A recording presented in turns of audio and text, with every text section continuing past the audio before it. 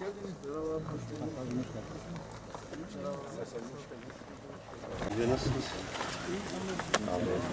Çok şükür bizdeyiz. Nasıl işler biraz yavaşladı mı hasattan sonra? Yoksa hala yoğunluk devam ediyor. İşim var. O zaman biraz daha parasal işlere dönüyoruz.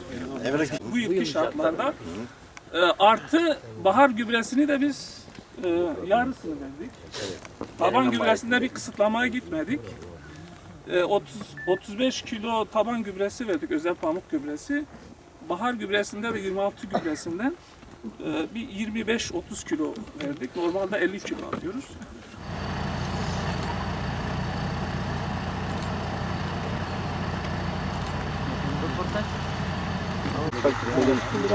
Biraz daha havalı yapsın. O bilme güvenliğini de kapatıyorlar. Zaten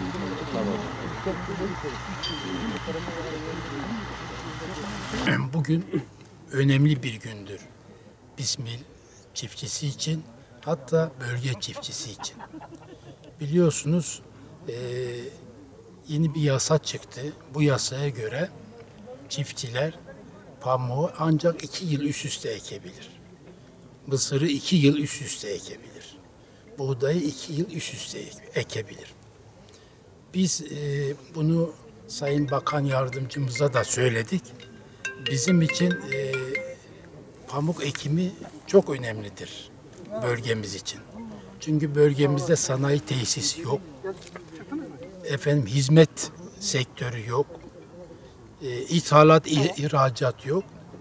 Bu bölgenin tek geçim kaynağı tarımdır. Ve halkımızın %85'i de tarımla geçimini sağlamak. En büyük derdimiz, en büyük isteğimiz sulama kanallarının bir an evvel devreye girmesidir. Sulama kanalları devreye girdiği zaman elektrik sorunu tamamen çözülmüş olacak. Elektriği kullanmamış olacağız. Kullanmamıza gerek kalmayacak. Hatta devlet belki bu artan enerjiyi yurt dışına ithal da edebilecek. Başka sanayi dallarında bile kullanabilecek. Bizim bu konuda çalışmalarımız devam ediyor. Batman sağ sahil çalışmaları devam ediyor. Bunun için bir 10 bin lira malzeme için ödenek çıktı. Müteahhit için de 10 milyon malzeme için ödenek çıktı. Ayrıca müteahhit için de ödenek çıktı. Şu anda çalışmalar eğer gördüğünüzse tren hattının altından ve yolun altından bu sefer demir yolunun alt kısımdaki köylere de su gelecek çalışma yapıyorlar. Ama biz bunu tabii yeterli bulmuyoruz. Bunun hızlanmasını istiyoruz. Daha çok sulama yatırım yapılmasını istiyoruz. Sulama yapılan yatırım ölü yatırım değil. Tabiri caizse bir koyup 5 alacaksın, 10 alacaksın. Çünkü sulama yapılan yatırım çok kısa zamanda meyvesini veriyor. 9 yılının çok yağışlı geçmesi. Bu nedenle don ve karın yağmamış olması zararlı böcekleri, zararlı bitkileri çoğalttı ve pas, yeşil kurt, koza kurtu benzer birçok şeyler çıktı, haşereler çıktı. Bunlara da ilaçlama yapıldı. İlaçlamaların etkisini göstermemesinin yegane sebebi bizim kanaatimizce yaptığımız araştırmada ilacın etken maddesinin az olması. Bakıyorsun ilaç kutusunun üzerinde etken maddesi %8 diyor. Ama tahlile götürüyorsun bu %4 çıkıyor.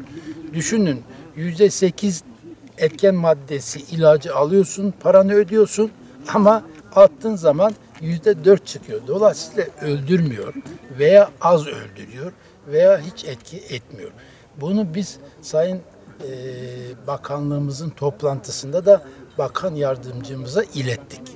Dedik ki ilaçlar sıkı denetlensin, sıkı kontrol edilsin, etken maddeleri etiketin üzerinde göründüğü miktarda değil. Dolayısıyla biz bu sene 7 sefer ilaçlama yaptığımız halde haşereleri zararlı böcekleri öldüremedik. Bunda kayda geçtiler. En büyük sıkıntı bu. İlaçların denetlenmemesi.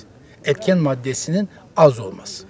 Tarım Bakanlığı'nın yeni çıkardığı uygulamayla 2 yıl ekilen ürünün arkasında münaveme yapılması gerekiyor.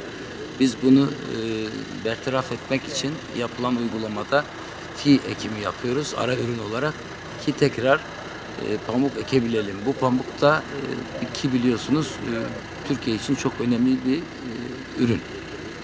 Pamukçular Birliği olarak Hasan Bey'in başkanlığında ben de yönetim kurulu üyesiyim. Burada hazırlıklar yapıldı. Biz bu fiyi geçen sene de Ar-Ge çalışması olarak 100 dönüm alana ektik. Murat Kızgın ziraat mühendisi danışmanımızla beraber iyi sonuçlar aldık. Öncü olalım diye Pamukçular Birliği olarak burada halka nasıl ekildiğini, nasıl yapması gereken olan işlemi görsünler diye görsel olarak basını, işte yetkili insanları, Sayın Kaymakamımızı davet ettik. Toplantımızın amacı bu. Bilgilendiriyorum sizi.